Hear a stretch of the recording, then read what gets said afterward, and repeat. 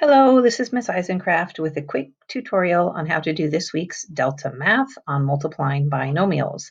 So these don't say y equals in front. So with Delta Math, if it doesn't say y equals in front, do not put the answer as y equals. So basically we just have two binomials, x minus 7 times x plus 4. So if you watched Miss Price's notes, you saw we use the box method to make sure we get all four multiplication problems done. So x minus 7, you can put those factors here. And x plus 4, you can put those factors here. And then you're going to multiply. There's basically four multiplication problems. X squared, negative 7x, 4x, and negative 28. When you do more and more of these, you can get a little bit faster. But at first, it's important to kind of see where the expression comes from. We have four terms. And you might start to notice that these two are always like terms when we're multiplying a binomial times a binomial in this way. So we have x squared. These are like terms. That turns to negative 3x minus 28. Okay, so if I want to type that into my answer box there, I'm going to take x squared. You can use your keyboard, or they have this little keyboard icon on Delta, minus 3x minus 28. Cross our fingers. Submit answer. Yes, I'm sure. Yay. Okay. Next problem. Okay, so let's go ahead and erase all that.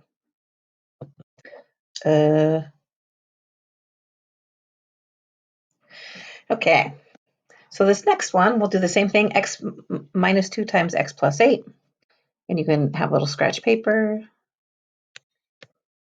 And it is okay if you put the x minus 2 here and the x plus 8 here. It is even okay if, for some reason, I think on Delta Math, they show it like when you ask to see help. They do some upside down business, which is fine as long as all four multiplication problems happen. I know with Delta Math, they show it that way. It's basically, it is the same four multiplication problems. 16, 8x. So now you're going to have, I know I want it in order, so I want x squared plus 8x minus 2x minus 16. So x squared plus 6x, these guys go together, minus 16. So I would use my little keyboard here, x squared, absolutely not, x squared plus 6x minus 16. Submit answer. Boom. Please say I'm right. Yes. Yes. Okay. Last one.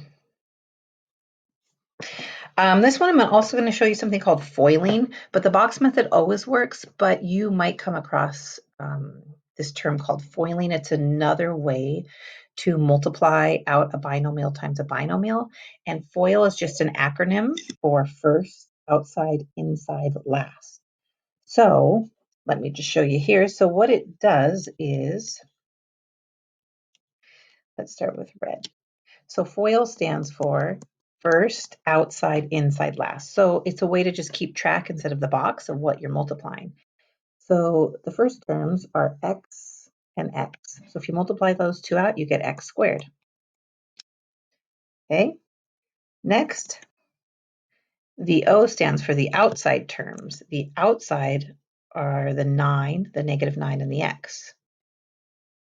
If you multiply negative 9 times x, you get negative 9x. The I in FOIL stands for inside terms. So it is talking about the negative 1 and the x, the inside terms. And finally, the L stands for, do purple, The L stands for last. And so the last terms are the -1 and the -9. And when you multiply negative times a negative, you get a +9. If you simplify that, you would get, let's just do x squared. These guys go together. Adding a -9 with a -1 or combining a -9 with a -1 is -10 plus 9. Okay, let's see if we get that correct. Some people find that a little bit more efficient. I think as teachers, we notice there's a lot more mistakes made when kids go to foiling because they tend to just mix up which two numbers have been multiplied and which haven't. Okay, so x squared, but it can be more efficient, a little bit quicker. So you can give it a try. X plus 9.